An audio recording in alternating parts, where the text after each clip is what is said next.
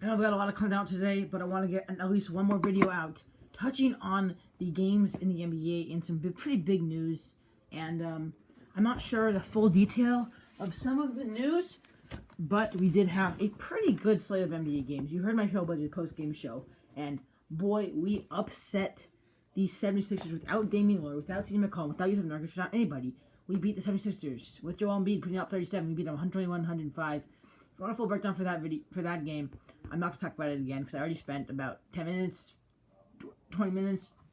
So it'll be the most recent video in my channel. Go check that out if you want a full breakdown of that. But it's, at the end of the day, we played defense. We played a good game. We beat the Sixers. We locked up Joel Embiid. And that's all that really mattered in that one. Now, moving on to the NBA slate of games today. And let's start off with the Memphis Grizzlies at Houston Rockets. Now, yes, this was a blowout. This game was a pretty big blowout. Yeah, the Grizzlies came back and made it 12 at the end of the day. But the big news in this story is Christian Wood okay? Because Christian Wood got carted off the field, or got carted off the court in a wheelchair. And that is scary to see. I think Christian Wood crashed to break his ankle, is taken off. Oh, man. I think he broke his ankle. He's going to have an MRI on his ankle. It was a scary injury. He was crying. I think he knew that he was done.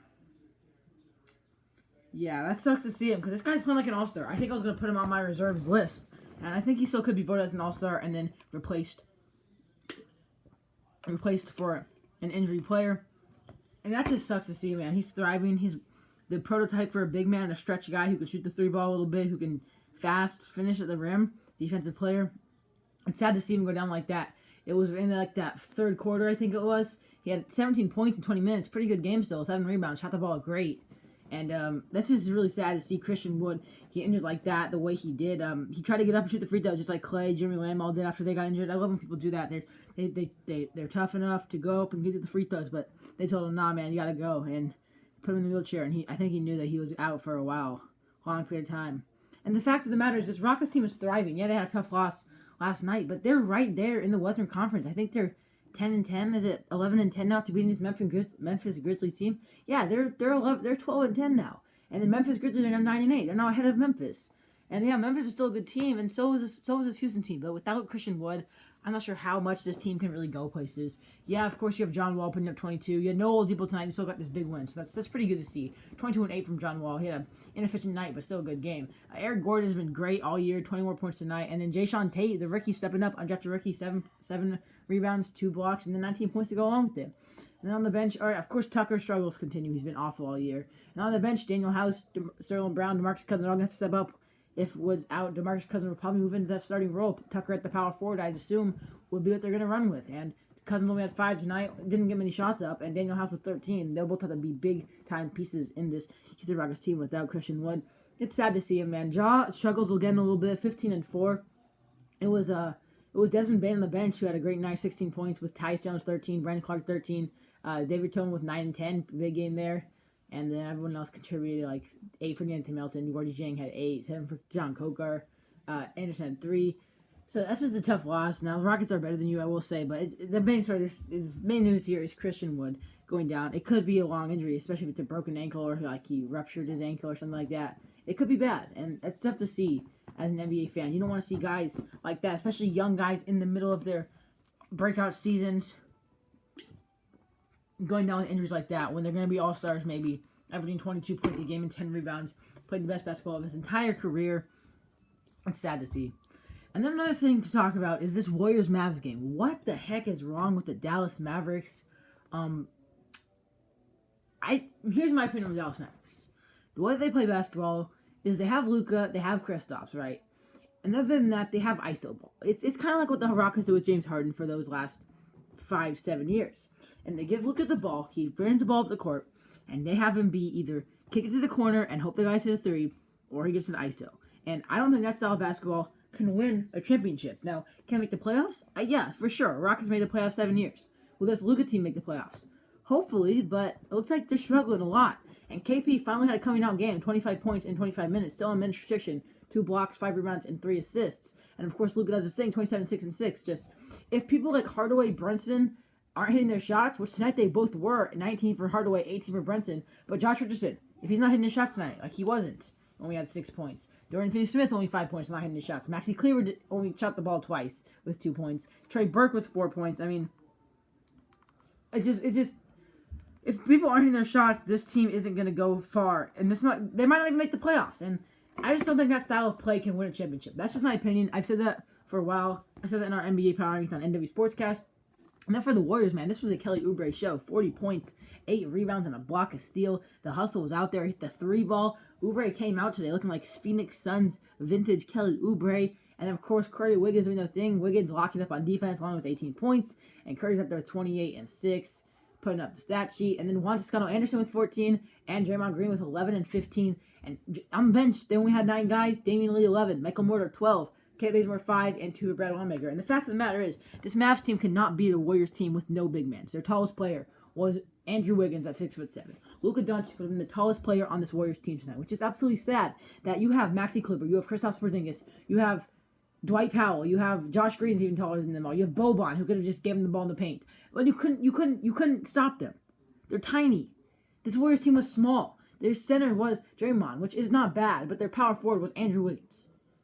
You should be able to stop this team. I mean, I just don't understand what went on. You give 147 points to the Golden State Warriors. I mean, yeah, Warriors are a great offensive team, but with no big men, this team, you should have known what they're gonna do. They're gonna shoot the 3 ball and they're gonna try to sneak into the paint. I mean, you should have game planned for this, Rick Carlisle. I don't think he's actually the best coach that's out there, honestly. And yeah, I mean, Luka still playing great basketball. I think he should definitely be an all-star. He's gonna have to start stepping up. I mean, he's already having a great season. I just think that they've got to get better coaching and pieces around him to not just run a ISO style offense. And I know the Blazers run that too, and I know I don't really love that type of offense, and I just don't think it can win championships, and that's why I don't think the Blazers will win a championship. And of course, I don't think this Mavs team right now has to win a championship. I think next year, if you don't go far this year, or if you suck, you trade KP, and then you build around Luka. You hire a coach that can actually help this team run an offense, and then you'll be set for the future. That's my opinion on this team. They're now fall to 7 and 15. Is that what it is? The Warriors are now 12 and 10. They're right there with hanging around with the Blazers, who are now 12 and 9. So, yeah, Blazers are now 12 and 9. The 5 seed after Denver's also 12 and 9. So we're actually the 4 seed with tiebreaker over Denver, and then the Dallas is the second worst team in the conference at 9 and 15 now, which is, it just sucks to see. Or no, they're 9 and 14. Just sucks to see. And I think they can turn it around, but I don't know. Just like the Heat, they got to start it now. Right now, they got to start. Another game to talk about was the Jazz and the Hawks. This game didn't really matter too much. It was an absolute blowout win.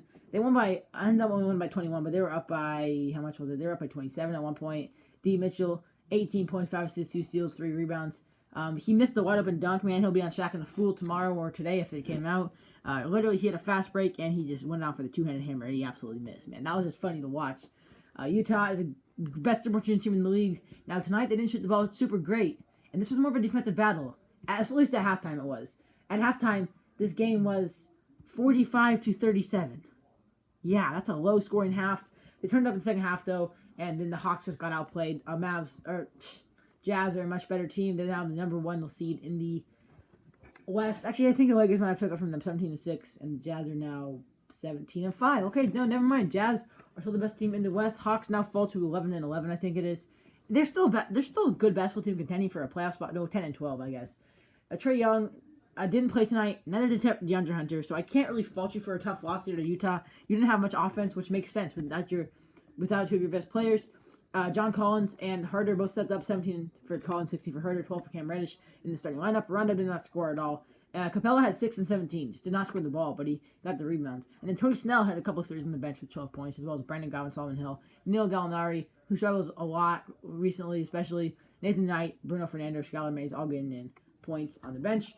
And then the Utah Jazz. This is a game you have to win if you're the best team, and you beat them. This is a team you should win. You have the whole starting lineup together. Versus Neal, Mike Conley, Rudy Gobert, Donovan Mitchell, Bogdanovic. Everyone but O'Neal's in double figures. Bogdanovic had 21, playing really good basketball, stepping up a lot. And Jordan Clarkson on the bench, continuing to play like a 6th man of the year, 23 more points, as well as Derek Favors with 9 points on the bench. A good win here for you guys. You blew them out. That's all you need to do in this game. And then finally, the last game to touch on, the game of the night. It was close down the stretch. Denver was up 3 in the first quarter. Then they were up 13.5 or 14.5.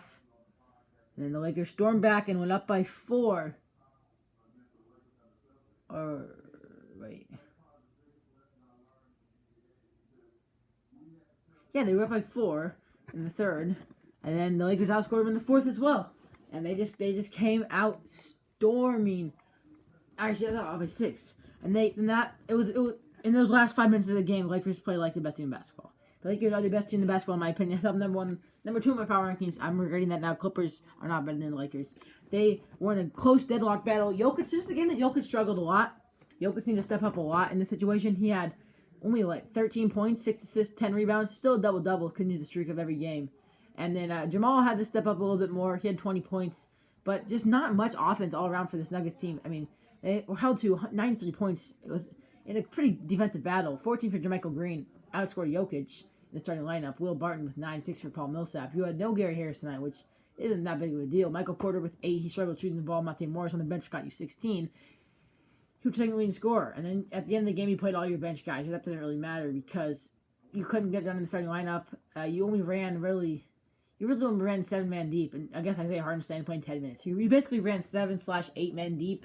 The Lakers pulled this one out in the end of the game. They outscored you. They went on a big run to close off the game. They shot better than you. Both teams shot the 3 ball pretty bad, honestly.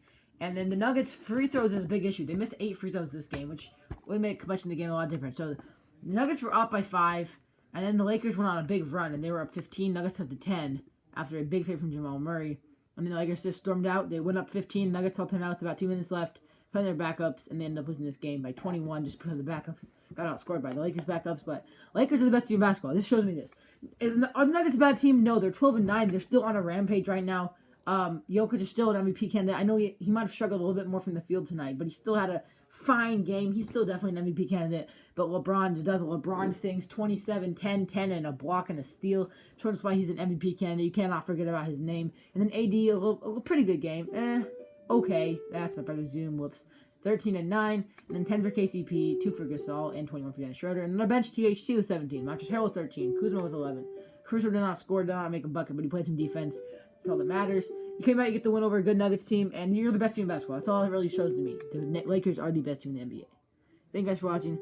Subscribe to the channel if you're new. Like the video. As always, that'll be it for me. Peace.